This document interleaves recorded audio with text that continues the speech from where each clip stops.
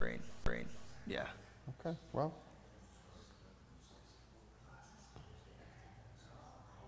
Awesome. At your leisure, my friend.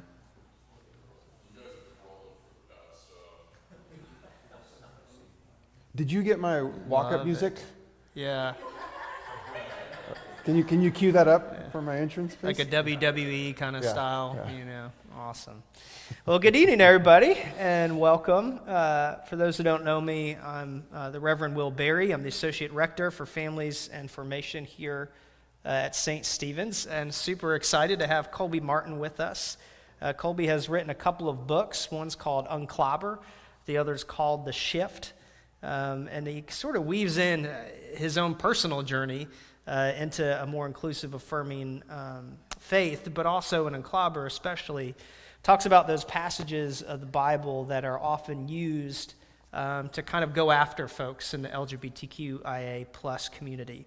And so Colby's been at Parkside Church yesterday with my friend Colin. He's going to be with St. Matt's Lutheran Church this week too, I believe. Wednesday, yep. Wednesday. Tomorrow I'm going to be at, is it Charleston College or College of Charleston? College of Charleston. Man, I got to get these things figured out. Okay, right? yes, Am I right? Yes, Am I? Okay, yes. yeah. So I'll be there tomorrow night and St. Matthew's on Wednesday. Awesome. Yeah, and so he's kind of just making the rounds, so we're honored you took time to come be with us. Yeah. So thanks for Yeah, being I'm here. staying right up the road at Hotel Bennett, and I had a box of books, and I'm like, should I put it in a wagon and walk over here? And I decided no, and halfway here, I regretted my decision.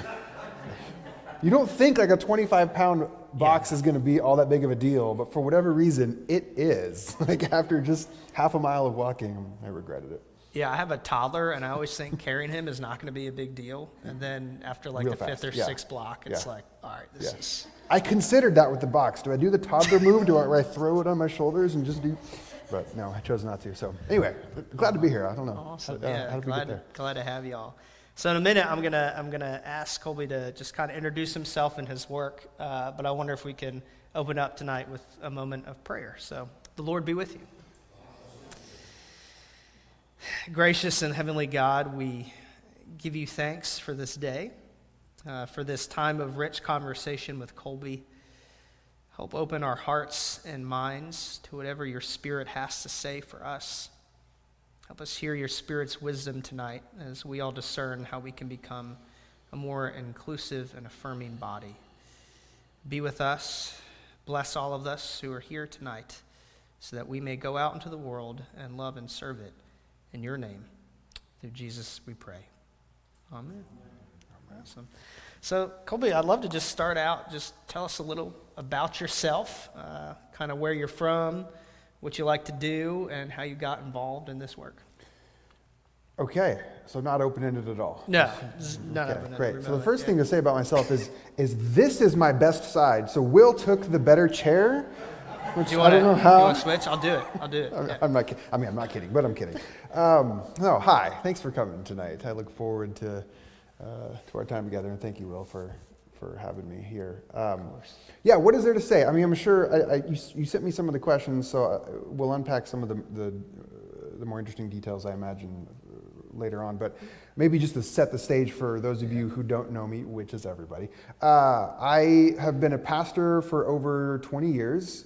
The first 10 of those were in an evangelical context. I often say, hi, my name is Colby, I'm a recovering Baptist. And then the last 10 to 12 years have been in what I would describe as post-evangelical, more progressive Christian context, not mainline necessarily, even though the last couple of years I've been hanging out with a lot more Lutherans and Presbyterians and Episcopalians, which has been really fun for me.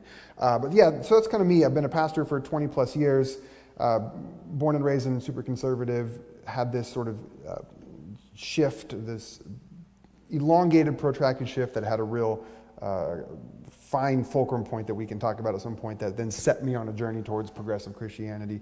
And so I have 4 children, age 20, 18, 15, and 13. I just recently moved to Portland, Oregon after a 12-year stint in Paradise, otherwise known as San Diego. And this is my second time visiting South Carolina. I was here in Greenville last year and I really like your state a lot. It's really nice out here, so thanks for having me. You have a 20-year-old?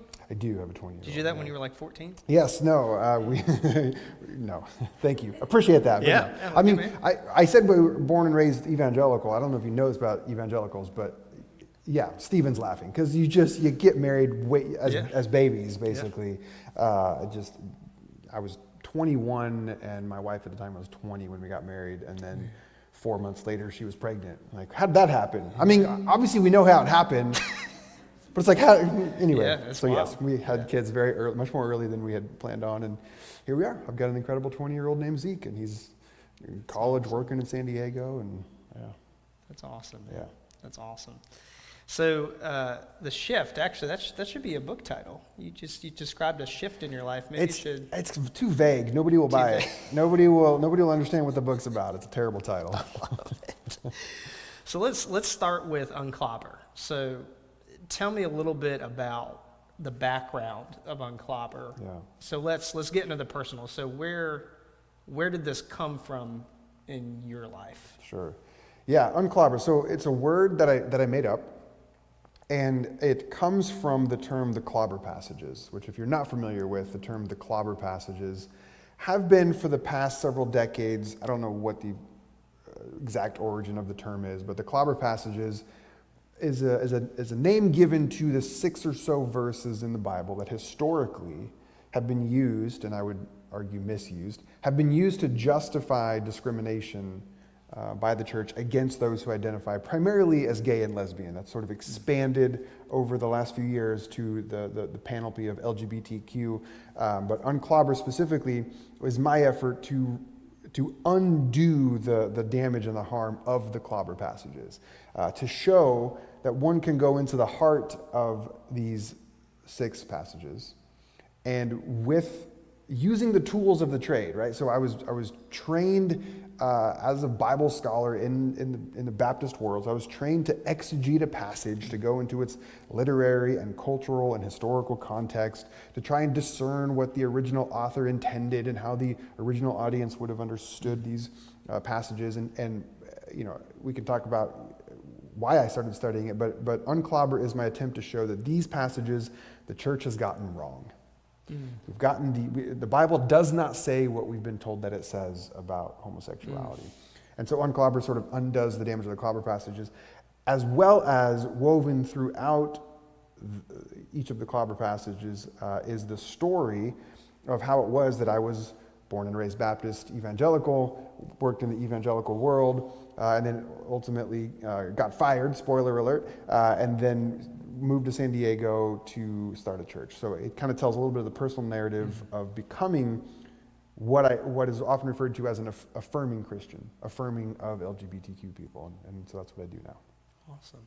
Could you name those 6 passages? I can. Yeah. I can't recite them, but I can name. No, I don't expect you to know. Yeah. Yeah. Actually, side note about like reciting them, which I'm not going to do, but I will say that it was a number of years ago, because I've been doing this work with Unclobber for coming up on 10 years now. And it was a number of years ago, I was in a church setting, going through one of the passages, and I read it out loud, because I would often do that. I'd be like, and this passage. So they are Genesis 19, which is the story of the destruction of Sodom and Gomorrah. There's 2 clobber passages in the book of Leviticus, chapter 18 and chapter 22, both of these prohibitions in those 2 chapters. Then that's the Old Testament. Then in the New Testament, there's Romans chapter 1, verses 26 and 27. And then there's 1 Corinthians 6, 9 through 10, which is very similar to 1 Timothy 1, 9 and 10. So those are like the 6 passages or verses. But what I was going to say is years ago, as I would teach these or talk about these in churches, I would read the passages or give some, not Genesis 19 because the story's too long, but I would read, especially like Romans 1, 26 through 27, I'd read them. And a number of years ago, I had like stopped in the middle of reading it because I could just energetically feel the room for those who were there that have their entire lives heard these verses being used against them to clobber them, right? This is where that term comes from. I could just feel the energy in the room, even though they knew that I was there to dispel and to push against and to offer counter understandings of it. Just hearing those words was enough for the nervous system, the collective nervous system of the room, to be activated in a way that I wasn't comfortable with. The thought was they don't need to hear these words in a church setting. Like it's just I'm done with that. Because the traditional understanding of these words is so deeply ingrained in the church and so deeply ingrained in many individuals' bodies. Like even though their minds might have years ago, I'd love to talk about this at some point, even though their minds years ago might have moved away from the traditional understanding of it, the body has a way of just holding on to things much longer than the mind can change its mind about something. Yeah. And so years ago I made the decision, I'm done reading the Unclobber passages in church. And I just don't do it anymore. I'll reference them. Yeah. If I have slides, I'll put the references on there. I might paraphrase them, but I just don't read them in church anymore. Isn't that interesting? Yeah. So yes, so I can name them for you, but I'm not going to read them. Yeah, no, that's awesome. Yeah, and I could, I'm thinking of the context here at St. Stephen's and just churches I've worked in over the years. I mean, there really is a trauma that lives in our bodies. Yeah. And for sure. As much as our minds can change, you're right. I mean, there's still that visceral reaction. I remember being a kid and reading passages about hell and fire and all that stuff, and we went to a corn maze one time that turned out to be like a rapture maze situation. I don't know if you're familiar. Oh, I'm familiar with those. Yeah. I figured you probably. I'm slightly terrified of this story already. Keep going. Yeah, and I hate we this story. Actually, keep going. Ironically, I grew up mainline. I was United Methodist in the Northeast, so pretty center of the road, and we didn't know that's where we were, but we were. And wait, was rapture theology a thing? No. Not at all. Okay.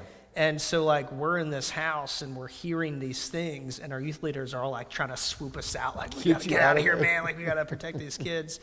But I remember, I'll never forget this video they had us watch while we were there, where it was, this image of, these teenagers doing, what they call a Chinese fire drill, where they're running around the car and they get hit and most of them die except for one, and the other has a vision of them in hell. That's what causes him to repent and convert.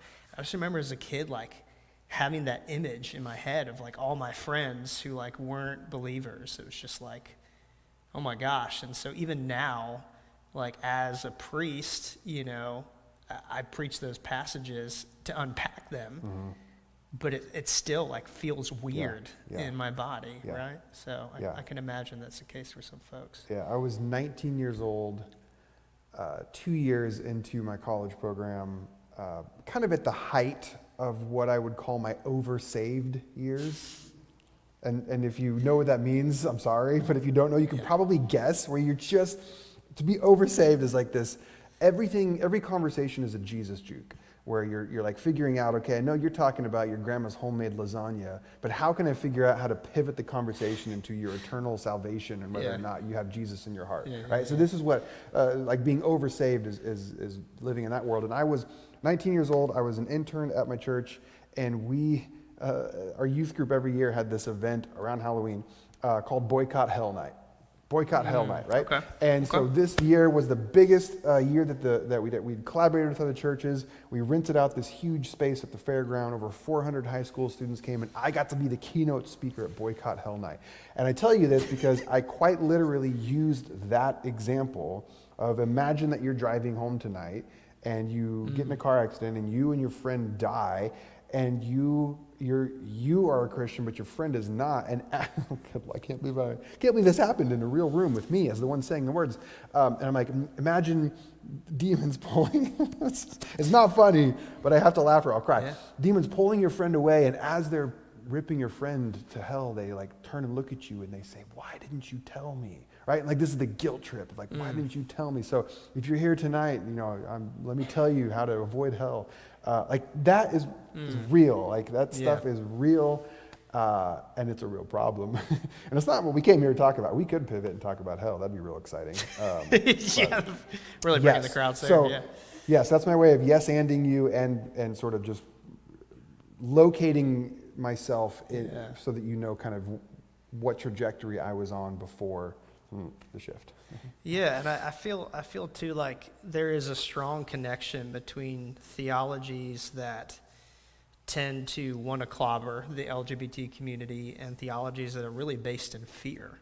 For sure. And it's really a very kind of legalistic understanding of God, that, God is this arbiter and, you follow the rules. And if you don't follow the rules, And so I can imagine that was probably a big shift for you in your own life. Something you talk about in Unclobber is that, I guess you were talking to maybe like a board of elders or something, and you were going through this interview process.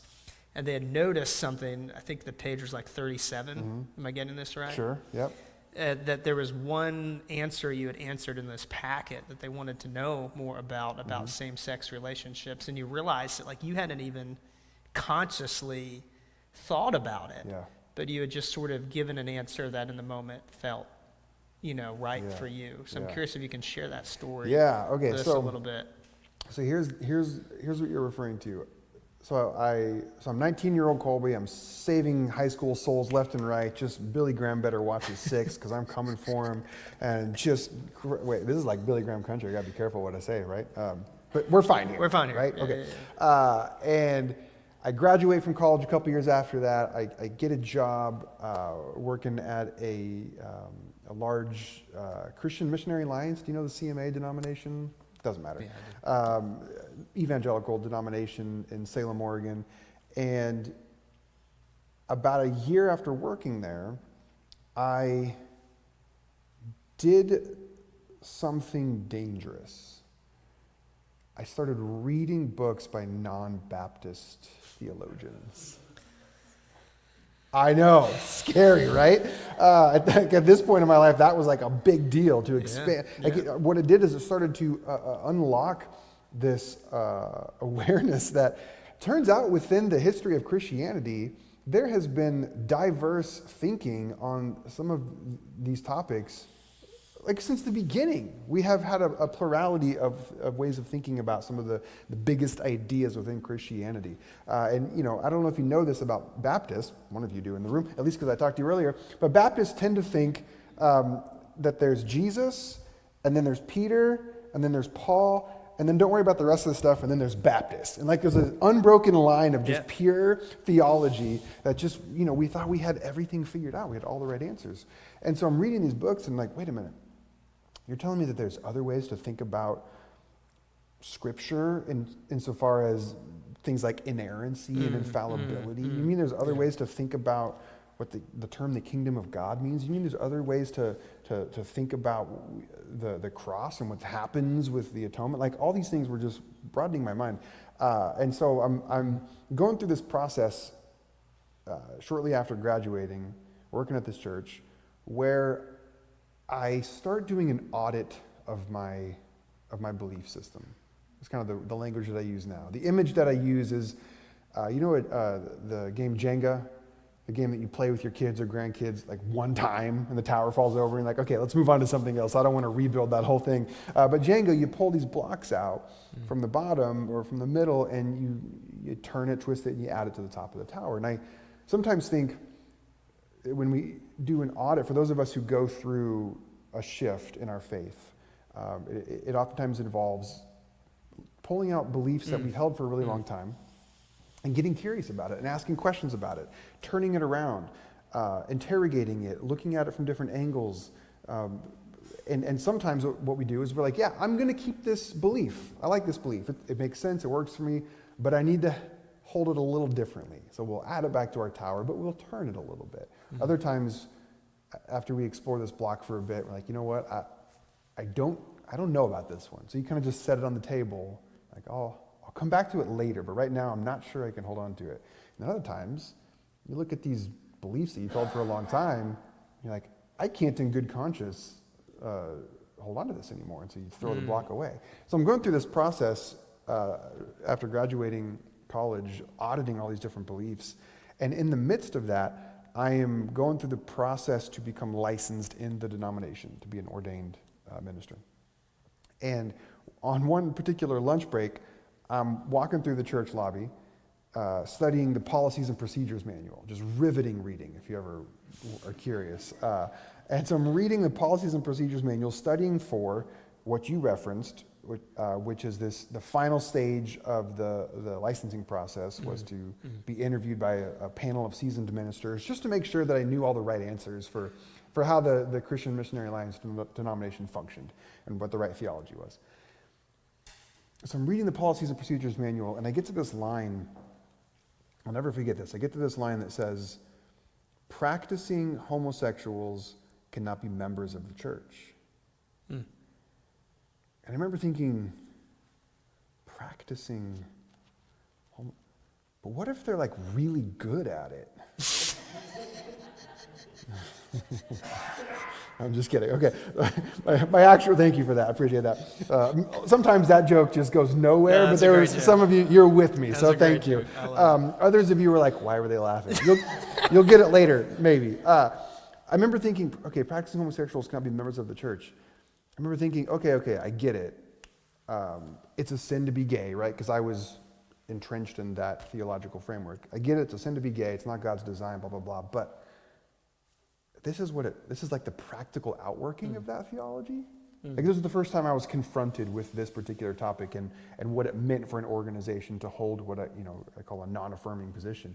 And I kept reading how practicing homosexuals, they keep using that phrase, which I hate that phrase, can't be leaders at the church, they can't be elders, they can't be pastors, they can't serve in children's ministry. They can give of their tithes and offerings, of course. And I just remember thinking, Will, for the first time, I remember noticing that my head and my heart were in two different places. My head was, entrenched in this conservative, historical, traditional position, but my heart, I realized, was not there. It was somewhere else. It was like, why is this how we treat people? And so, yeah, when I finally got to, but I would love if that story then ended with me saying, and so therefore I'm going to dedicate to studying this topic and try to align my head and my heart. But unfortunately, that's not where my story went. That didn't happen until about 3 or 4 years later. But going to the interview, I, passed by the skin of my teeth because I was able to, at least with that topic, kind of soft pedal around, yes, I can support the denomination's position on this, because theologically I could. But it was, really the first time I'm like, something about this feels off to me. Which at the time, I didn't have any, and even when I wrote the book Unclobber, it was still true that I didn't have any gay friends or family members. Right? I didn't have any personal experience with this particular topic. It was just something that reading that sentence was like this gut check of, whoa, how is this what we do? Yeah. It's interesting. Richard Rohr talks about, typical Episcopalian, I bring up Richard Rohr, but Richard Rohr talks about how we are so often trained and conditioned not to trust our intuition, when in fact intuition is actually a gift from the Holy Spirit. And so the Bible says the heart is wicked above all else, it is not to be trusted. This is what we were told, like in my evangelical world, right? So like to affirm that, it's like, yes, we were told you can't trust the heart. It is wicked above all else. So anything that comes from that sort of gut feeling, emotional place, we were trained to mistrust right out the gate, which is such a tragedy. And of course, that passage has a historical context too. And so I'm curious if we look at the Clobber passages here for a moment, and we don't have to look at all of them, but explain sort of how, as you went through this journey and as you learned about the context behind some of these passages, how did that context inform sort of your shift in thinking? Yeah, so let me get narrative-wise. Let me get up to where I got to that, because like I said, that was about a year or so after college. So it would have been around 2006, that moment in the church lobby. Shortly after that, my family, we moved from Salem, Oregon down to Phoenix, Arizona, where I joined the staff of a large evangelical megachurch. Don't recommend either Phoenix, Arizona or large evangelical megachurch. But anyway, moving on. And so I started working there, and yet I'm still doing this auditing process where I'm slowly unpacking and now in hindsight, getting distance between my evangelical heritage as more and more of these blocks I'm either not able to hold on to at all or not sure what to do with, or if I do keep them, they're very different. And so I'm working at this church in Arizona. Multiple aspects of my theological framework are shifting and evolving and changing. And I can't to this day remember why, but there's something around 2009, 2010, something caused me to go back and revisit that moment of unalignment, or is it misalignment? I don't know. Abalignment, like normal, abnormal? Is it abalignment? I don't know, whatever. Sure, yeah. Non-alignmentness, that's what I want. Non-alignmentness, we're sticking with that one. Something made me go back and revisit that. And I am an author, by the way. I can do the words. Got all the words, the best words. And to this day, I can't remember what it was. You know, it wasn't, it wasn't necessarily like I said, a friend or a family member, because oftentimes what'll happen with this particular subject matter is a friend or a family member will come out, and it will sort of force people to like, oh, I've known you my entire life, and now you're telling me that you're gay. That doesn't make sense in my worldview. I need to, you know, best case scenario, I need to get curious about and question my thoughts on that. Yeah. Like, that's a really beautiful thing, by the way. One of the things that really bothers me is when non-affirming Christians will denigrate that story, and they'll say, oh, you only became, or just not me, to someone else, you only became affirming because your child came out as gay. Yes, and? So you're telling me that their child came out and they listened to the experience of their child and sought to understand them, and it caused them to rethink how they thought things? That's a beautiful story. Like, what would you want them to do? Obviously, the answer is they would want them to deny their child and hold fast to some belief. But something happened and caused me to want to revisit that moment of lack of alignment. And I know why I did. I don't know what the catalyst was, but the reason why I did is because I needed to have a kind of theological integrity. Which is another way to say that is, if I was going to say that I believed something, I needed to know like that I believed it and what really it was I was saying. And that was not a particular belief position that I could hold, let alone talk about or teach with any sort of clarity or conviction. So for my own sake of like integrity, I needed to be aligned on that. And so I gave myself permission, which I think is a powerful thing to do, by the way. Giving permission to people. I know it can kind of sound hokey, but sometimes people just need to hear, no, I give you permission to just get curious about something for a while. Just ask, just look into it. And if no one's given it to you, give it to yourself. Trust me, it works. So I gave myself permission to study the Unclobber passages, and I did not know going into it how these two were going to line up. I didn't know. You know what I mean? Like, I didn't know if it was going to be one of those where I apply all the tools of the trade and I study these passages and I come out on the end saying, no, I think this actually is what the Bible is saying. So head, you get to stay, and heart, we got to figure out how to force you to get in line. Which, by the way, I think is, I think that's an apt description for a lot of Christians for whom, I'm sure you're familiar with the phrase, love the sinner, hate the sin. Like, I don't like that phrase for a lot of reasons. I really don't like that phrase in this particular topic because of what it implies and how it sort of lands with people.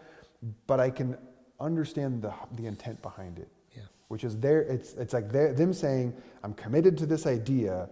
I know in my bones that it's not, like, it doesn't feel good.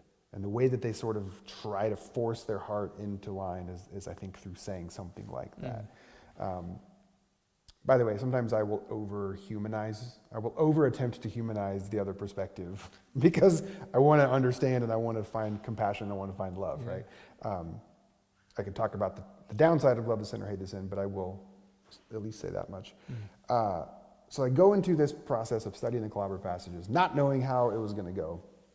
And of course, as we've already established, after my period of research, I came to the conclusion the church has gotten it wrong. that when put in the proper context and when I'm not gonna say, I don't know if I want to say properly understood, because now I'm claiming to have I've got all the right answers. But I think when better understood in light of the different kinds of contexts that it sits in, that these clobber passages do not justify a kind of condemnation, do not situate LGBTQ people in some sort of outside of the family of God or abomination, or have any sort of prohibition against two people who are of the same sex being in a loving, committed relationship, even if that's marriage. The Bible just does not paint that picture. And I'd love to say that, at that point I sort of got to work the next day and said, hey, everybody, I'd like to share with you what I've learned. But I didn't do that. I didn't do that because I'm working at this church that I was pretty convinced, if they knew what I thought about a number of topics, but this one in particular, that it wouldn't go very well. Which, can I just say, I don't think this church does that, but in general, I will often say to churches, what are we doing to our pastors, to our priests, to our leaders? What are we doing when we say to them, do not change your mind ever on anything, and if you do, don't you dare tell us. The burden, the weight, the pressure that puts on our pastors. Do you know, this is rhetorical, but do you know how many pastors out there themselves are actually affirming? They have been convinced that the traditional perspective is not good or true, and yet they are quiet about it. And so they exist in this sort of dual reality. It's tragic because they know that the church would not respond kindly. So anyway, what was your question? I think it was originally to get into the context of the clobber passages. Oh, but that's right. But no, that is so. I tried to get us there first. Yeah, right. no, you did good. Yeah, no, that's such a helpful kind of depiction. And so as you are, okay, so it sounds like you've had several almost false starts, right? Where it's like you've had these moments of breakthrough. Yeah. So what was the final moment of breakthrough for you that was really like, okay, now I'm really going to learn about this? Okay, yeah. So final moment of breakthrough, pin in that real quick, just because I want to say, I love that you phrased it that way, Will. Several stops, because I think that's most people's journey. It's everybody, yeah. And I think that we would do really, I don't know who the we is in that sentence, I'll just say the sentence and trust that you can figure out who I'm talking about. I think we would do well to remember that when we are confronted with, whether in person or online or just conceptually confronted with those who are on the other side of this topic from us. Now, obviously, when it's like family members, loved ones, that can feel real hairy. It's a lot harder sometimes to be like, yeah, I will keep waiting for my mom to finally love me for who I am. That's maybe, there's other layers going on there.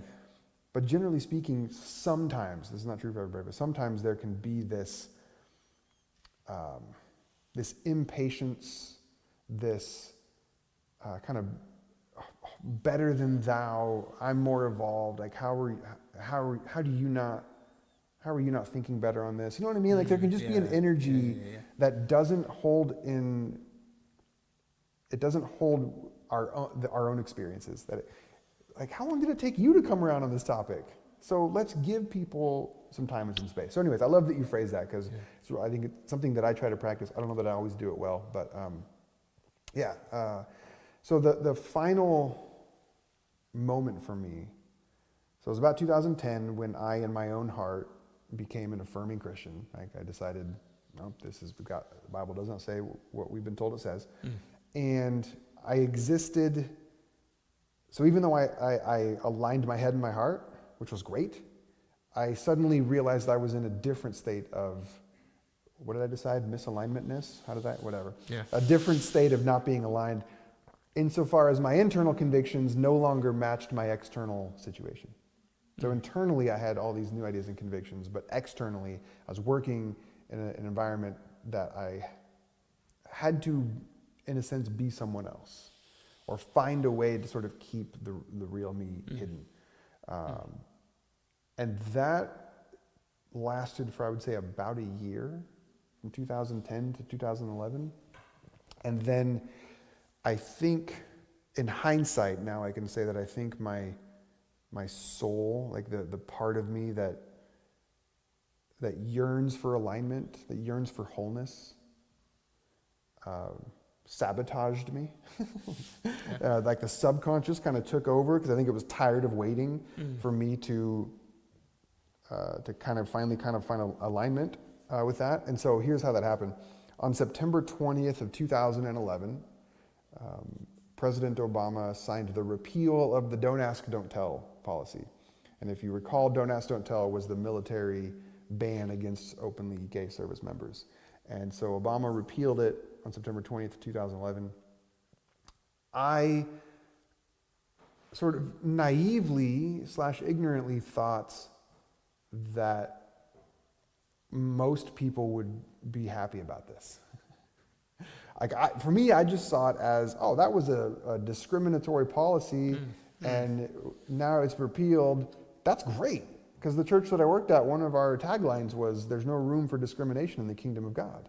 I didn't check the fine print, you know what I mean? Like, it turns out, unless a certain kind of discrimination. And so I before I went to bed that night, I did the thing that is highly recommended when you have a new exciting idea about something, is you post it on Facebook. So I went to Facebook and I posted a link to an article announcing the repeal of Don't Ask, Don't Tell, and I put 6 words, "I'm glad this day finally came," post. And then I went to bed. And I woke up the next morning to you can imagine the stream of people at my church just like freaking out. Like, why is our church now pro-homosexuals? Why is our pastor advocating for the gay agenda? Which, by the way, I've been an ally now for about 14 years. Still don't have my copy of the gay agenda. So if anyone knows where I can get this supposed thing, I would love a copy. Just freaking out. So I get to the church office, and my boss calls me, and he's like, "Colby, I need you to take that down. My phone's been blowing up all night. I need you to take that down." I'm like, oh, okay, I don't want to cause disturbance or tension or division in the church. So I took the post down and thought that would be the end of it. And then the next day, Wednesday, I find out that on Friday they called for an emergency board meeting.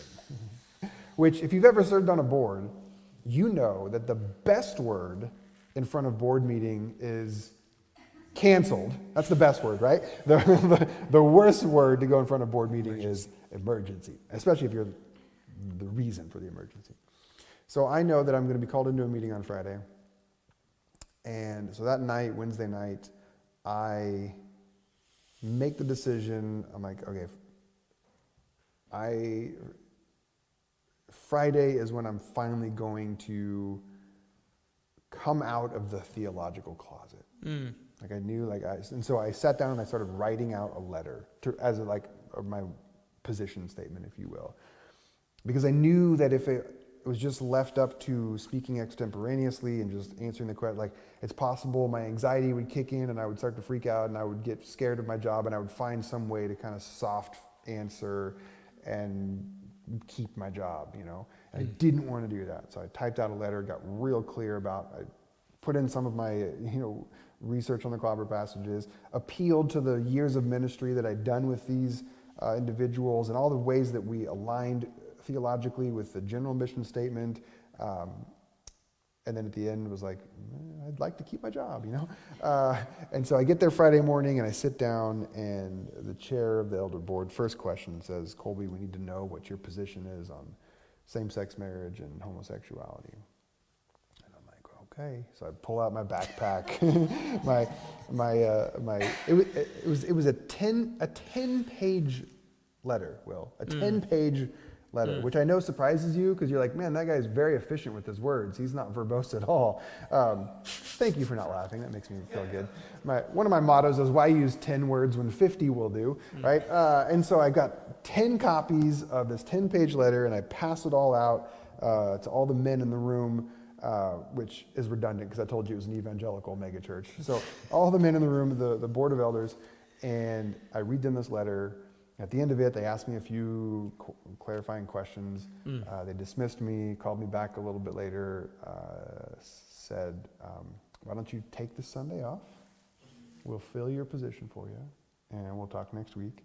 And then when I came into the office the next week, I was handed a letter of termination effective immediately.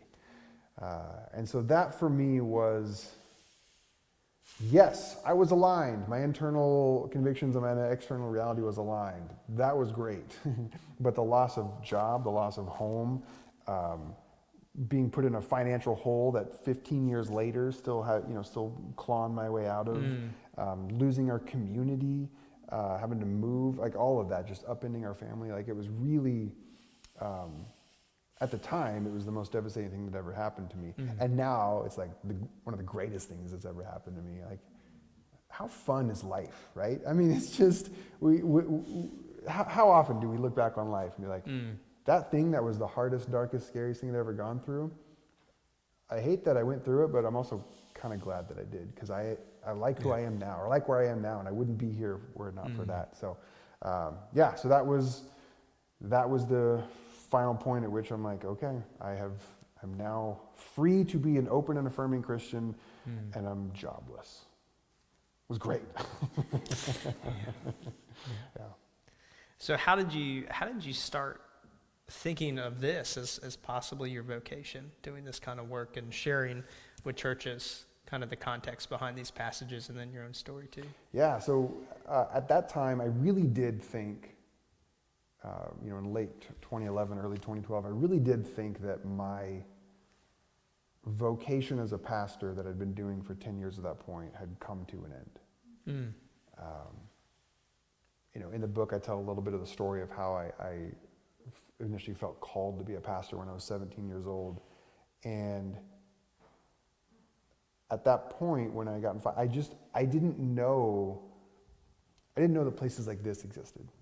I didn't know that there were churches and traditions and denominations out there that had shifted theologically in this way, and had been this way for quite a while. Like, I didn't know that there was possibility for ministry, for me to do the things that I was gifted and I felt called to do, but with this new inclusive theology. So it was a real depressing time for me as I was trying to get a job in just any industry that I could at that time. But we finally got connected with a church in San Diego. And so we moved our family there, and I joined the staff there. And that didn't work out for a number of reasons, but what it did do, Will, is being at that church and being able to be a pastor now where I could, do this, like fully be open and honest and transparent about who I was and what I thought about things. It turns out that when you do that, when you step into authenticity and lead from a place of vulnerability, you actually make connections and relationships with other people that are deep and meaningful. Yeah. And it's one of those where I look back on my first 10 years in ministry, and I had some good friends, but it was like an inch deep and a mile wide sort of thing, you know what I mean? Because I was afraid to really open up to people. And so at that church, I had built some incredibly meaningful relationships so that when that job ended, I'm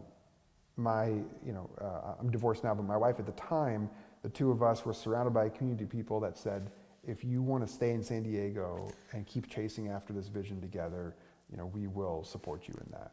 And so that led to us starting a church in our living room with about 30 people in San Diego that then, grew the living room and went to a grade school, then went to a Lutheran church and rented space from them, and ran that church for almost 9 years. We closed it at the end of 2022. Ultimately, COVID, we just couldn't bounce back from the pandemic. But those were, 9 of the best years of my life as we were chasing after this vision of what does it look like to follow in the way of Jesus with radical love and grace and hospitality. What does it look like to be about the work of advocating for the littlest, the lost, and the least? What does it look like to chase after wholeness, social wholeness, emotional wholeness, spiritual wholeness?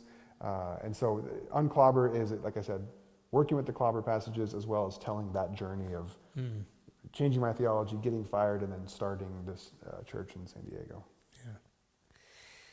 Man, that's a hell of a journey, dude. Yeah, we're just getting started. Yeah, we're just getting started. I know. I was thinking about that the other day. I'm 42 years old, and I'm like, I've been doing ministry for 22 years. I'll bet I have more ministry years in front of me than I do behind me still. Which is kind of wild to think about. Like, in some ways, I am still just getting started. Where's some wood? I need to knock on it real quick. Yeah, we're knock on some wood. Okay. Before the altar falls over on here or something, yeah. So if you could, I mean, this is what I wanted your story, because I think so often when we talk about these topics, we keep them in a head space and an idea space, but I think we don't often put flesh on it. And so what I wanted to focus on, especially in the beginning part of tonight, is really getting a sense of your story and sort of how you fit in within this work. If you could take just a little bit of time to talk to us specifically about, if you want, you could pick one of the passages, maybe not Sodom and Gomorrah, maybe, Romans or Corinthians, and just talk about sort of how the context shapes the reality of those passages. Love to. Yeah, so let me pick the one that was the most daunting for me when I set into my exploration of them over a decade ago, which is Romans 1. So as a good Baptist, I was trained with the impression that Romans was like Paul's theological treatise. Like it was this document that existed as these truths for all time, this summation of the pinnacle of theology.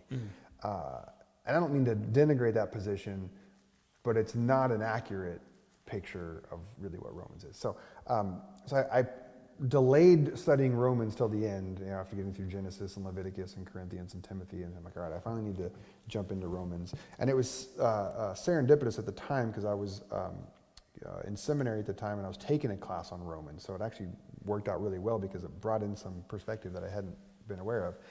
And so you might be familiar with some of the traditional takes on Romans 1, 26, 27. It's got phrases like, women abandon the natural relations for those that are unnatural. Yeah. So it's got this kind of natural, unnatural thing in there. Something about shameless or shameful, depends on your translation, which isn't that fun. Like, no shame or full of shame? Which one? What are we asking? What are we describing here? But either way, like, shameful acts. And so that's kind of, you might be familiar with some of those concepts. But what I am more interested in is not so much even though in the book I do get into those words and those terms, like what does unnatural mean in this context, what does shameful mean in this context, but what I think is most interesting, Will, is what you learn about Romans when you start to look at it from like a historical literary perspective is Romans, was a letter written by Paul to an actual church in a city called Rome. Like it was written at a point in time in history to address real problems happening in that church at that time. So this is not some abstract thing where Paul's like, let me just give you some thoughts that I have on theology. This is, stuff's going down over in Rome. I need to address it before I get there, right? Because that was his intent, was to visit them. And what you don't know and what you can't know, if all you do is open a Bible and just read Romans, is the historical background of what was happening in Rome at that time. Unless you have like a really good study Bible and you like to read the notes, you can't know what you don't know. And this is one of the problems that I think for all the good that the Gutenberg press did, in creating Bibles for the people, and all the work that the good work that it came out of making the scriptures accessible to every person. I think there's something to be said for that. It also creates conditions where anyone can just open up, especially an English Bible, and be like, oh, well, this is what it says, and this is what that's the end of the story. It's like, no, it doesn't work that way. So in Rome, shortly before Paul writes this letter, there was the Emperor Claudius, in about the 47 or so AD. The Emperor Claudius expelled all of the Jews out of Rome because they were a problem. And so you can imagine whatever sort of community Christian community existed in Rome at that time was a mixture of Jews and Gentiles, because this was Paul's experiment. And I love thinking of it that way, that Paul was a church planting experimenter. There was no guarantee that this great social experiment of mixing Jews and Gentiles was ever going to work. Like, it was a bonkers idea. And I sometimes, by the way, quick side note, sometimes I will keep that in my mind when I get to some really intense, especially in Corinthians, you can feel Paul's like frenetic energy of, y'all, I need you to keep this thing together. Yeah. Like, a lot is dependent like on this. Like, please get your stuff figured out, because this is, we need to make this work. So in Rome, the Emperor Claudius expelled all the Jews. And so whatever Christian community existed at that time went from this mixture of Jews and Gentiles to then just being a Gentile Christian community for a while. And that lasted for about 5 or 7 years till Claudius dies, and then the expulsion gets lifted, the travel ban gets lifted, if you will, and then the Jews are allowed to come back in.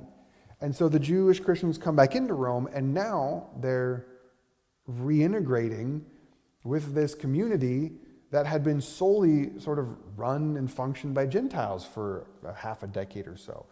And you can imagine already how difficult it would have been to start the thing. And then when you make it just one-sided, how that sort of creates a character. And then when you bring that other group back, like, you got funky power dynamics, you got like some leadership questions, you already were working with a really difficult list of ingredients, and now you've like put Mentos in the bottle of Coke and shook it up, and like, what is it? So this is the context that Paul's writing into.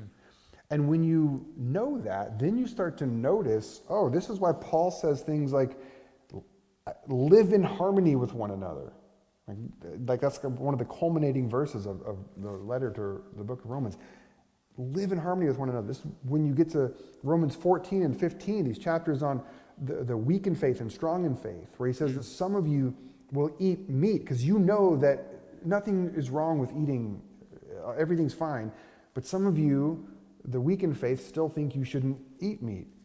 Or some of you know that all days are the same, but some of you still honor some days. Like, you can watch him in real time navigate this Jewish-Gentile Christian divide, trying to get them to figure out how to live at peace with one another. Okay.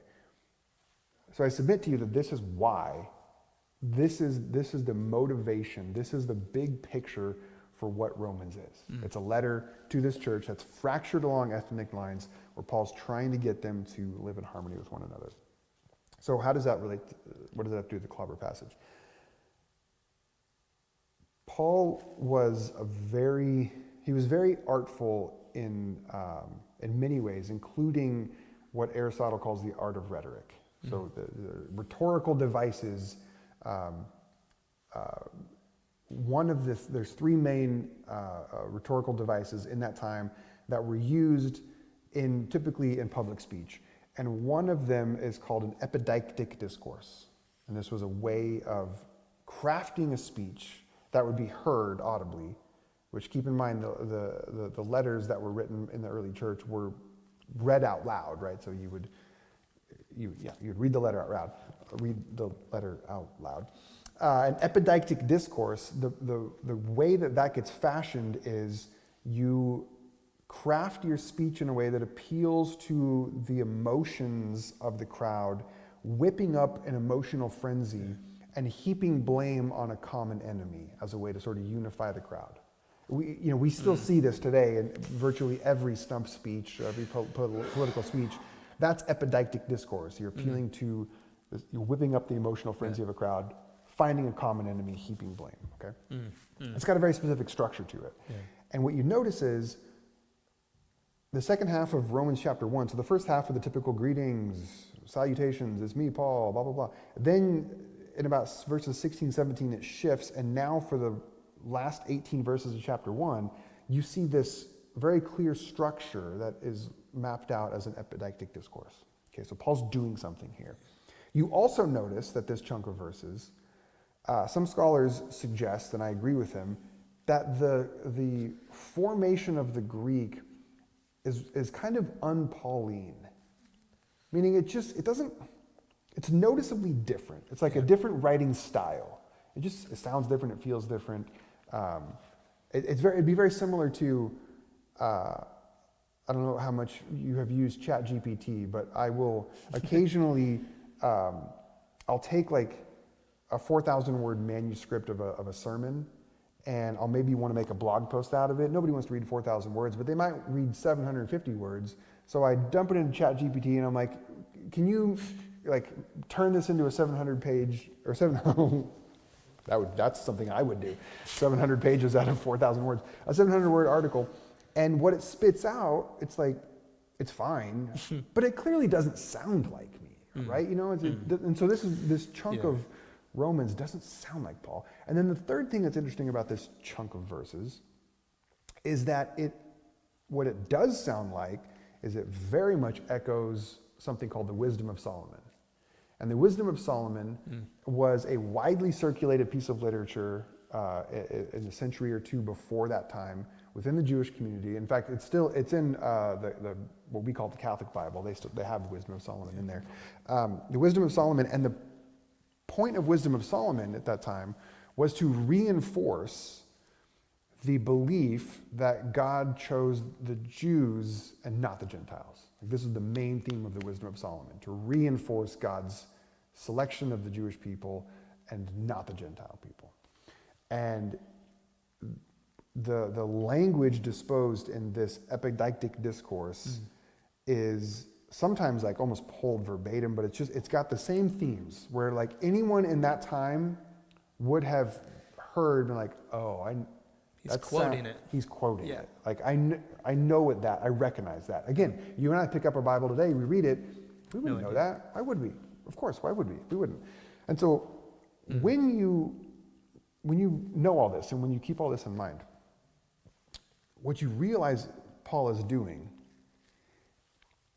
is he is whipping up the emotional, the prejudices of the Jewish Christians in the room. Because the whole passage is all about how wicked the Gentiles are and how they've turned their back on God and how they're not the chosen people. Like, this is what the passage is.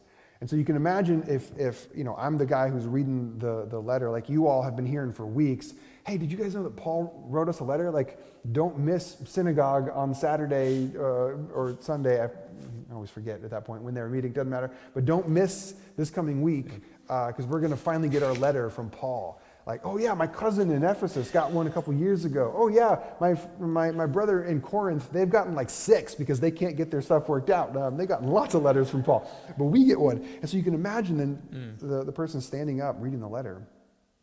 And if you're the church in Rome, I'm greetings to church, the letter from the Apostle Paul, and you're all super excited. And of course you've divided yourself, right? You got the Jewish Christians over here and the Gentiles over here because you're not too happy with each other. And as I get to reading and get into this, calling out for how the Gentiles have turned their back on God and God's given them over, you over here, the Jewish Christians, you're like nodding along. You're like, yes, okay, Paul is with us. Paul understands that this should be our show. Like, you're stoked at this. You, meanwhile, are like, what the what? Like, this is the same garbage that we've heard from Jews in our neighborhood for like, I've been hearing this my whole life. I thought this was going to be different. I thought this movement known as being a follower of the way was going to be different, and yet this is more of the same. So you're super bummed out right now. You're thrilled, you're bummed. And then what happens is when you get to what we call chapter 2, which obviously they didn't have chapters back then, but we call chapter 2, suddenly Paul switches from third person speaking about the Gentiles and how wicked you are, he switches to second person and he says, therefore you have no excuse when you judge them because you do the same kind of things. And what you realize is Paul has set a trap. He's used this epidictic discourse to whip up an emotional response, activating all of your prejudices, heaping common blame on your enemy, and he's doing it because he needs to get it to the surface because the whole thing Paul's trying to do is level the playing field, flatten all y'all, and say, we're all in this together. And then he goes on from there, live in harmony, here's how you do this. And so what you realize is the verses 26 and 27, you could almost say, and I think it would be reasonable to say, none of that reflects Paul's actual thoughts.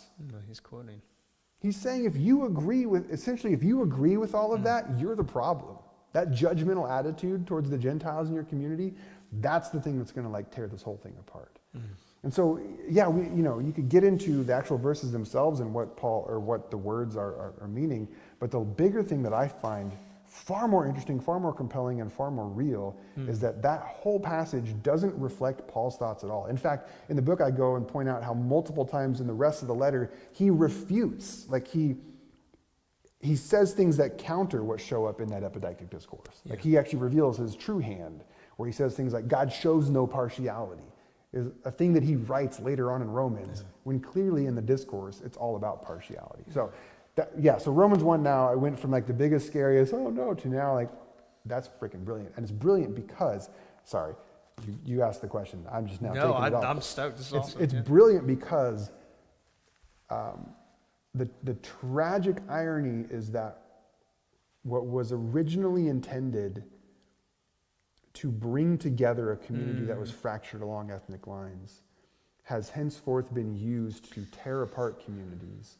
And the beauty for me that is when we can restore kind of the original intent, it actually can be once again like, oh, you who agree with the Clobber passage in Romans, like that's the problem.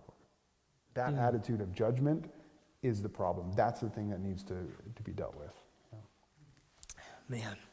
Yeah, I mean, so I remember learning this too in seminary and just being like, why are we not talking about this? Like, why isn't everyone like shouting this from the rooftops? But there's a whole context there. And I think in my experience as a priest and pastor is that I think so many folks come at this, I think genuinely just from a place of not knowing this fuller context and this fuller history. Yeah.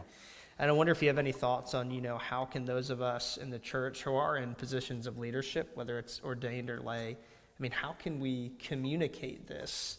Because I feel like it's there's often, you talked about this, how maybe there are some more pastors out there that actually are affirming, but there's this gap, and some writers have talked about this too, this gap between, for example, how clergy are formed in seminary versus what's actually taught to the laity from the pulpit. But how can we like unpack that for folks? I think I'll have two responses to that, and I'll try and be brief with them. The second response, which I don't know why I told you I'm starting with the second response. You don't know how I've ordered them in my head. Why do I do the things I do? So the second response I have is I'll say that it's often been assumed that the way that we as humans come to our conclusions and convictions about things is that we start with like a blank slate. We assess the data and determine based on the information what we think about a thing, and then we're like, okay, that's what I think. We know better now. We know better now from psychology, from sociology. We know that actually human beings feel their things first. Like we have a sense about it, and then we kind of backfill with the data. And so I think that's important because what that tells me is the mind can't go where the heart is not willing. So when it comes to the topic of inclusion, for those who are still non-affirming, if they don't have an opening in their heart space, no amount of data is going to change their mind at all. Like, and if you've ever tried to talk with someone about this or any other topic, and you feel like you're talking to a brick wall, that's why, is because there's no opening in the heart space. So the head is just, you're not going to go anywhere. Everything you say is just going to go past them or hit a brick wall.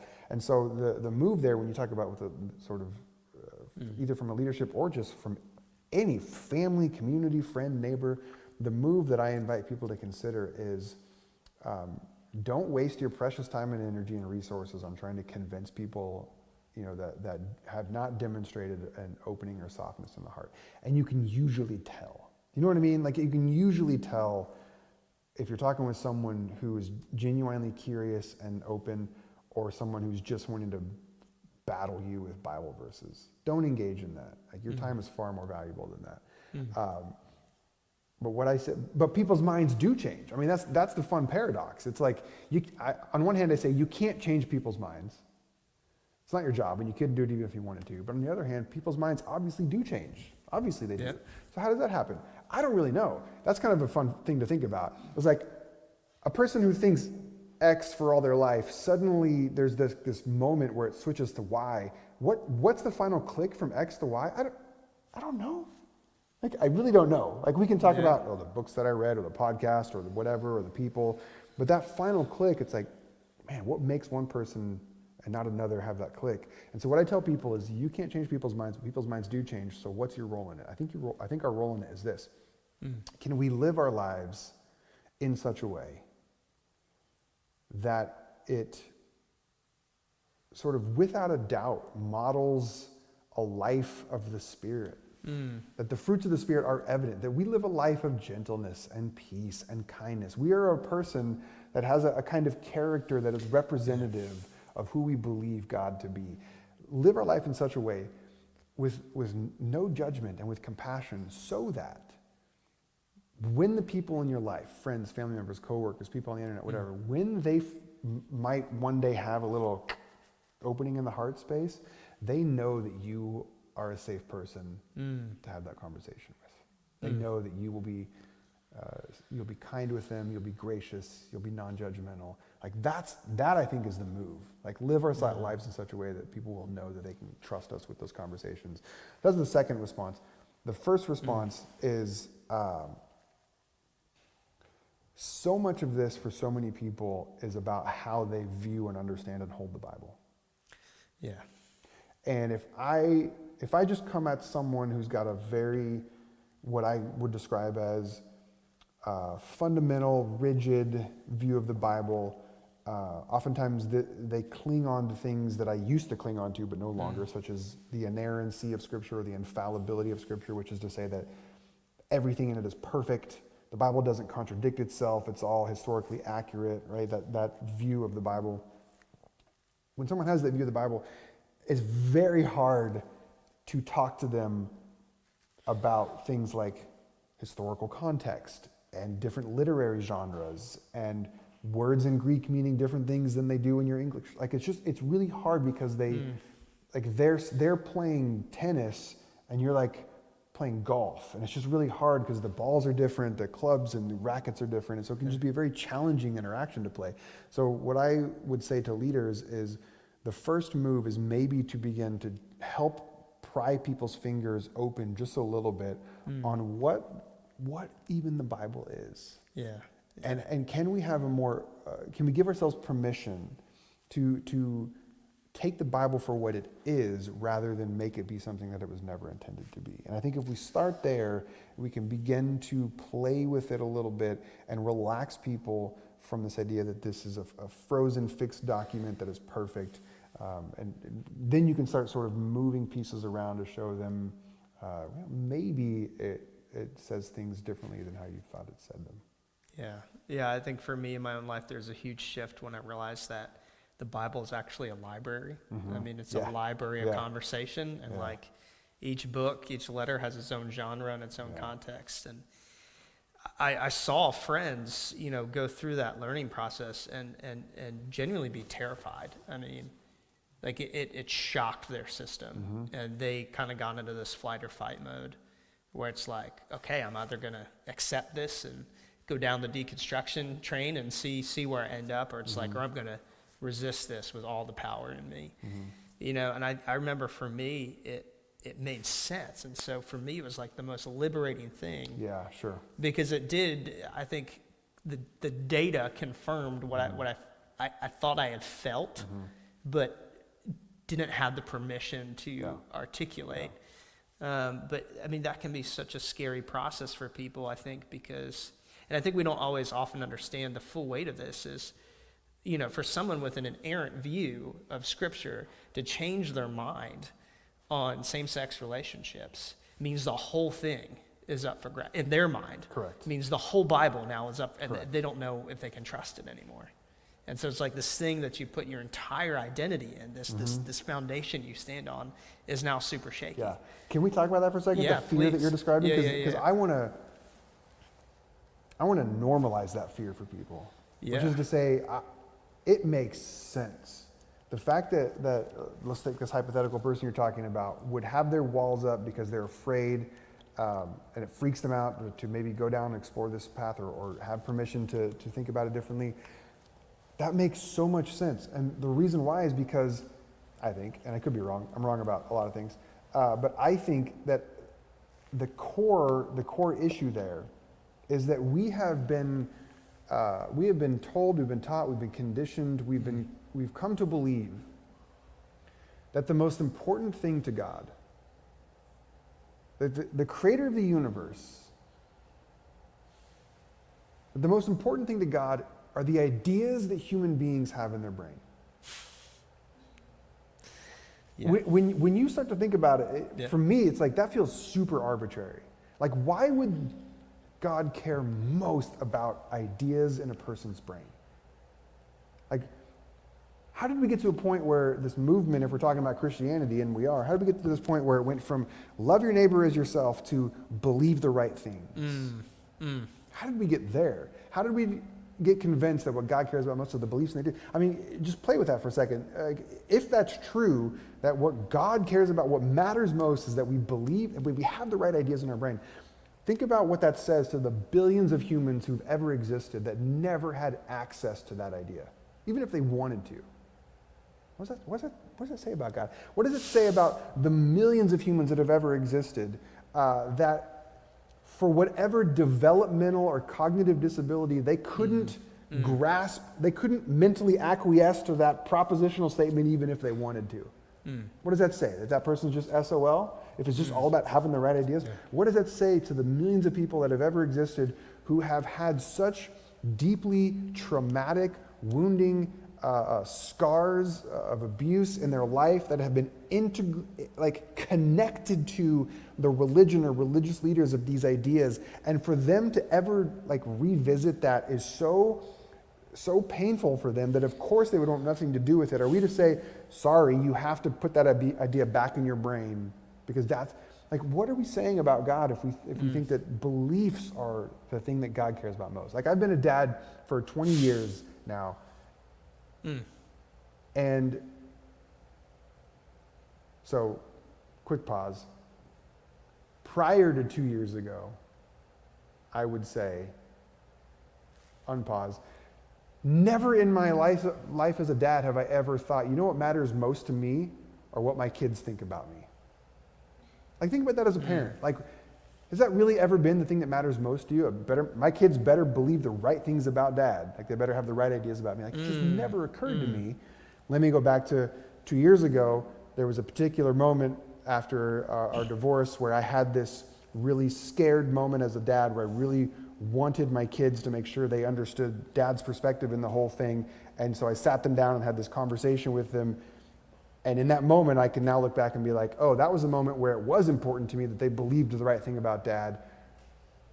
But that was me protecting my own ego, right? I mean, that was just really a self-centered, oh, I want to make sure you guys think the right thing about dad.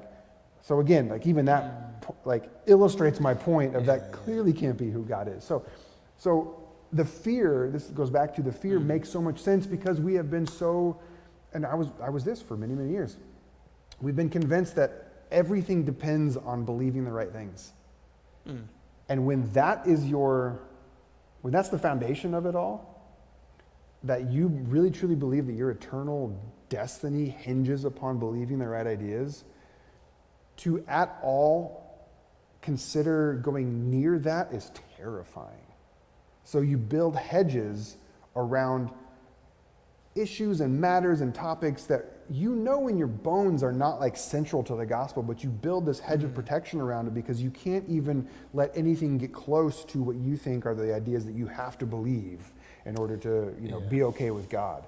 And so the fear makes sense because that's terrifying to consider that if I don't believe the right thing, I will burn forever. So yeah, the fear makes a ton of sense. So I think the move there is to again, to try to get a relaxing of this, to be what if, just what if the thing that matters most to God is not that you have to believe the right things? And so a lot of the shift, by the way, is about My second book, The Shift, is like a survival guide of sorts for those who have left conservative Christianity or been kicked out of it, and they're moving towards still being a Christian, but it needs to be like more open, expansive, liberal, progressive. Pick a word, it's fine. And some of the early chapters are devoted to recasting this idea of what faith is and detaching it from believing the right thing. So if you want to learn more about that, that would be a good resource for that as well. I love that. Thank you. Yeah, I mean, fear, I think it was Bruce Springsteen who said fear is a powerful thing, you know. I'm sure other people said that too, but Bruce put a song to it. And yeah, I mean, I think so often we underestimate the power that fear has in others' lives and in our own. It's interesting because as you were talking about having, you know, the right ideas, I mean, I think sometimes there are ways in which those of us in the progressive church have just inverted it, right? I mean, and then we have new litmus tests, you know, and so it's like, I think there's, you know, Jesus is always so clear, we have to look at the log in our own eye before we can take the speck of dust out of our neighbor's eye. And I think, you know, I also went through this, not as dramatic, but shift. And then I noticed I was still super judgmental. I was just judgmental of different people. Yeah. And so it became a huge thing in my life to be like, okay, how can I be curious and compassionate, you know, and hold to my convictions, but also recognize that, you know, most people out there are probably not evil people, but maybe they had that same fear that I did, and maybe it would really rock their world if they were to kind of take these walls down. But yeah, I mean, I think that's such a powerful image. I mean, for me as a dad too, I mean, I remember my son was born and just looking at him and knowing how I felt towards him and being like, man, this is only a fraction of what God feels like, what God sees us. Yeah. And it just, there was a way that I didn't understand God's love for humanity until I had a kid. And I'm not saying that you can't, because plenty of people don't have kids, and that's fine, but I just mean that specific experience for me was just so eye-opening, because it's like, man, if I love my son this much, and I don't need him to do anything to make me love him, it's just, then I can't imagine what it must be like for God, and that is such a liberating experience. Yeah, and that's one of the beautiful insights. Thank you for sharing that. One of the beautiful insights of the Jesus' story of the prodigal son, right? Is the father that has two sons, and I won't give the 14th mini sermon tonight. You're welcome. I'll save you from that. But you know, both of these sons, the younger son and the older son, they both fundamentally misunderstood the love of their dad, and both of it hinged on the idea of deserving. The younger son thought he didn't deserve his dad's love. The older son thought he did deserve his dad's love. Both of them are missing the point that when it comes to the love of God, deserve has nothing to do with it. You are loved by God because you are. Like, that's it. Just because you are. That's it. You are loved by God because you have breath in your lungs, because you're alive, because you are a child of God. Full stop. That's it. Deserving has nothing to do with it. Yeah. Absolutely.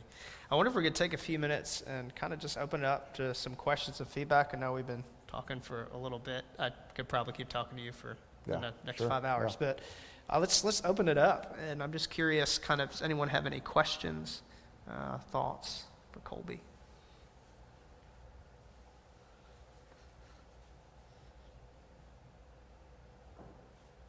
It's awkward, right? When nobody says, "Oh yeah, we got a brave one in front." Thanks, here. Joey. When you were trying to get over your misalignment between your heart and your mind, and you mentioned starting a new church, and you said we and I said we went along with your then wife at the time. Was she in the new boat that you were dating, or did she take some coming around to the topic as well? Or, Yeah. Great question. So when I was going through my real intense auditing phase and sort of taking out those Jenga blocks, there was about a 2-year period there that she was really anxious about. Really kind of freaked her out a bit. That I was abandoning the faith, right? And certainly in a steady paycheck. But then there hit a point prior to my study of the Unclobber passages, there hit a point where she went on her own journey, and thankfully it was a journey very similar to mine. Like, we didn't go at the same time, but we went in the same direction. And so by the time it got to the topic of the Unclobber passages, for her, and I hope to represent her well, because she's a brilliant, amazing person.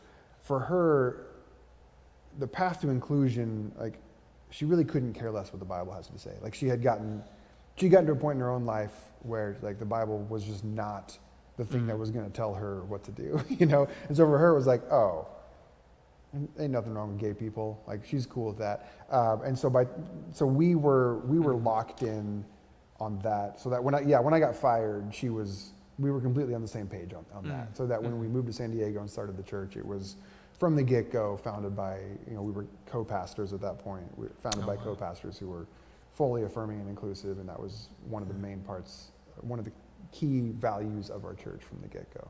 Yeah.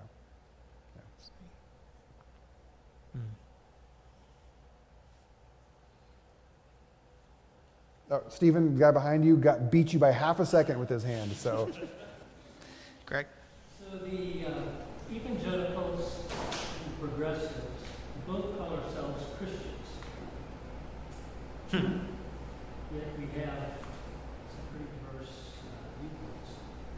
So do you have some thoughts that you've developed in terms of the way the faith has dealt with that over the last So many thoughts. So many thoughts. I've actually been thinking about this a lot lately, so let me see if I can summarize how I've been thinking about it lately. The phrase, what does it mean to be a Christian, can be broken down into two different components. Meaning, what does it mean to be a Christian in the noun sense, like identity, what does it mean to be a Christian? And what does it mean to be Christian in the verb sense, which is like what you do. And I've been thinking about this lately, how the way those two things relate to each other, identity and behavior. There's a spectrum of how closely connected these are. So in things that are very strictly connected, identity and behavior, you could think of things like being a vegan, okay? You can't claim the identity of being a vegan without the accompanying behavior, right? Like, you don't get to call yourself a vegan if you're out there eating cheeseburgers on Tuesday night. So this is a very strict connection to identity and behavior. And then you've got a spectrum where there's a very loose connection to these things. Maybe something like a sports fan. So a fan of the Los Angeles Lakers, you take that identity, well, what's the behavior? I don't know. There's no like, you don't have to sign an official paper. You don't have to give a certain amount of money to you know what I mean? Like, it's a very loose connection between behavior and identity. And then even in the middle, you can imagine things like being an environmentalist. You can call yourself that. What are the behaviors? Well, you kind of got to do some things, but no one's really going to check you. So you can imagine this spectrum, right, between identity and behavior, the noun and the verb. Mm-hmm. I would argue that based on how we read the book of Acts, how the church started, and the fact that the first Christians were called followers of the way, they were called that because solely of their behavior. Like, people observed how they lived and what they did, and they said, based on what you're doing, we're calling you something, like, you get this identity, follower of the way. So in the beginning stages of Christianity, identity and behavior were locked. Yeah. You couldn't be one without the other. It didn't even make sense.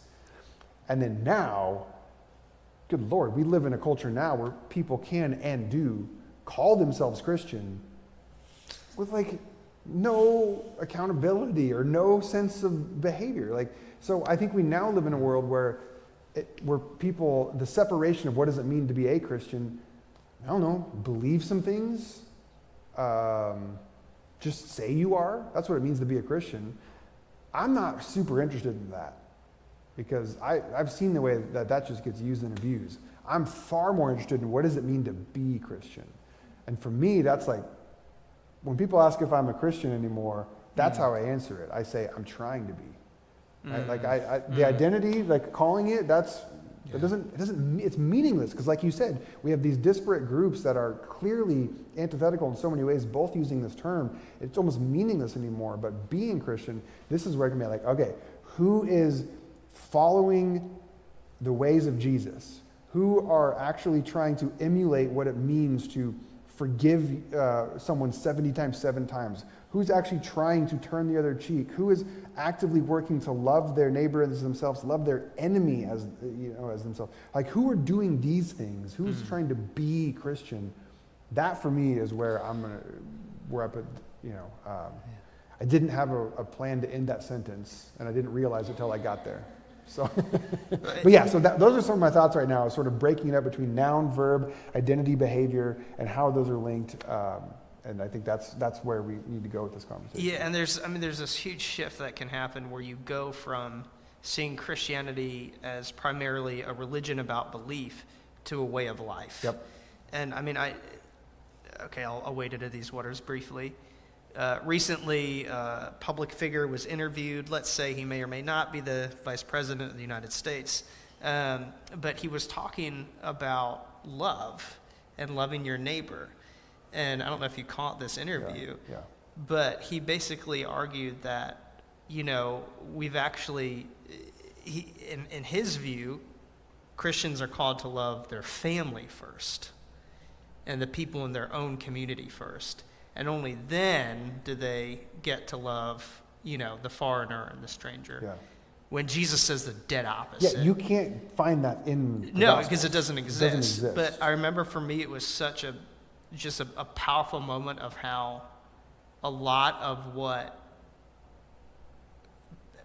I don't want to say passes, but there's such a disconnect between what Jesus actually says and with how many professed Christians, and I'll include myself in that, live our lives. Yeah. I mean, there's this huge gap.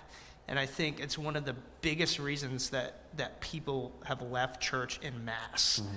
Is because they can see, thanks to Gutenberg, they can see what Jesus says, and then they see how Christians live, and they're like, "Man, I don't want to be a part of this, because that gap is so huge I don't know how to bridge it." And so, I think that's a huge thing. Stephen. We kind of answered most of my question. Thanks. Oh, good. Who's next? No, I'm just kidding. The question is, what was the book that opened Pandora's box?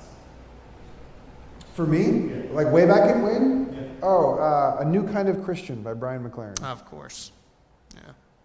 Yeah, it was you've heard of it, obviously. Oh yeah. It's a fiction book, which I hardly ever read fiction. I know. Yeah, that's the correct response. Like what? It's a fiction book. It tells a story of like a guy who's a pastor who's starting to have some doubts, and he befriends this guy who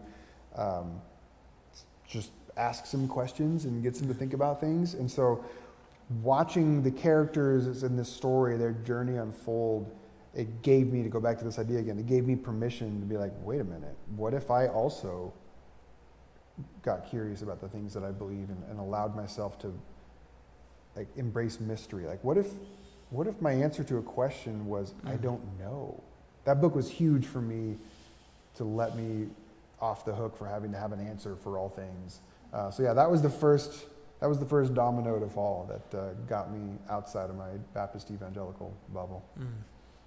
Yeah. And now Brian and I are friends, and it's just the joy of my life to be like, you changed my life. Yeah. He's the greatest. Yeah, in the back there. Do you think we'll ever get to the point where we stop using the current Bible for our weekly Sunday readings and for Bible study, and we actually do expose people who don't go to seminary to this broader text that you're talking about, so that we can stop misinterpreting how the Bible has been written? Probably not at a popular level, but there are certainly pockets already of churches that are doing that. There are churches that are in their own subversive way preaching the truths of Christianity without using the Bible, because it is so activating, so triggering, so historic, so misused on so many levels that they like won't use the Bible, but they'll sort of still extract its truths and find other ways to talk about it. And then there are certainly congregations, our church is one of them when I led it, that when I would teach the Bible, I would give it the what I hope would be the proper context that it deserves. But I suspect that that toothpaste of the Bible at a popular level has already left the tube, and there's no putting it back in. And so I think the challenge, the work of leaders and pastors is to gently guide people away from this real tight clinch on the inerrancy of Scripture, to let them. And this what's so frustrating about it is our religion. We are our faith ancestors is the Jewish religion, and the Jewish religion has always held their scriptures with a kind of looseness, where they appreciate that there's multiple interpretations to things, and so we move so far away from where we came from when we have flattened it into this textbook that gives all of life answers for things. Yeah, there's times when I think we should honestly have like a little brochure, like, I mean, it's like a little brochure, like here's what the Bible is, here's how to learn more about the context of it, because I do think there is often a gap where people who, put their lives into this and go to school for this, there's this gap where like that needs to be democratized, and I think that's a huge.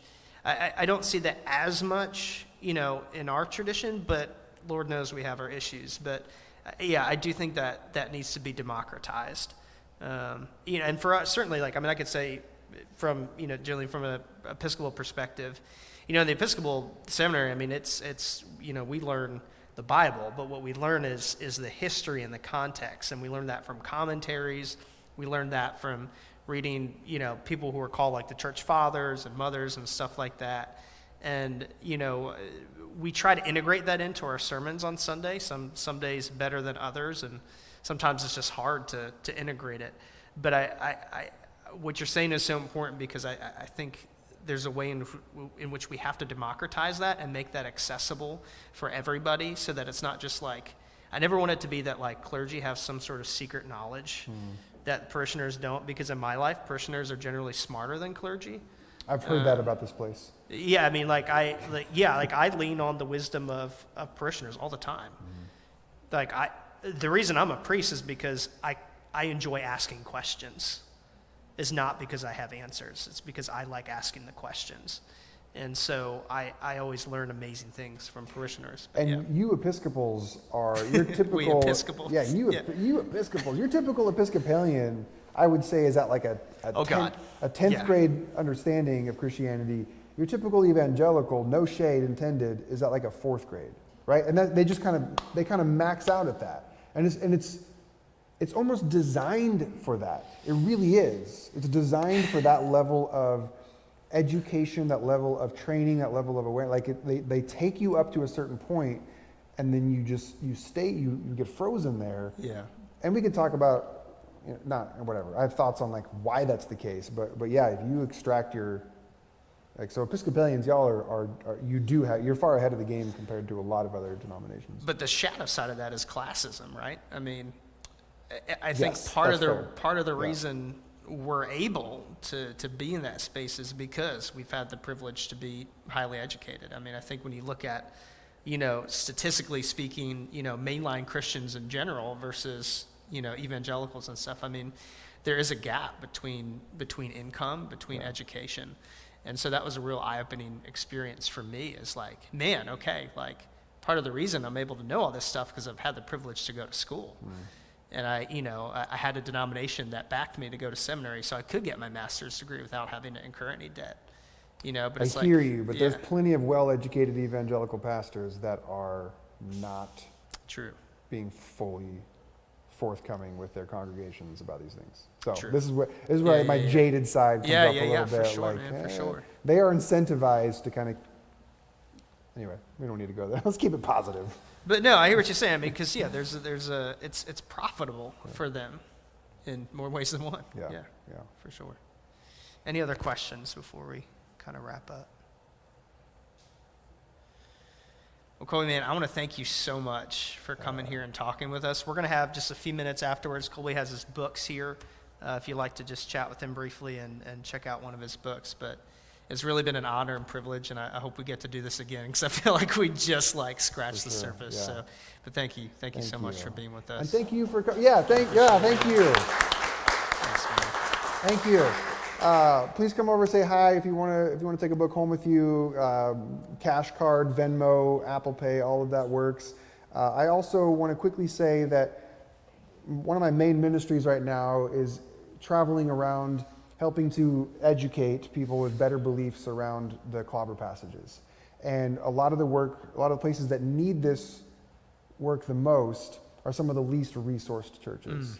And so one of the things that I invite people to do, if you believe in the work of improving people's awareness around the Clobber passages and reducing harm for LGBTQ people in the churches, is to basically support my ministry like missionaries would do. You would support the missionary. So what I can do from time to time is, with people that support me, when churches contact me and say, hey, can you come to Paducah, Kentucky?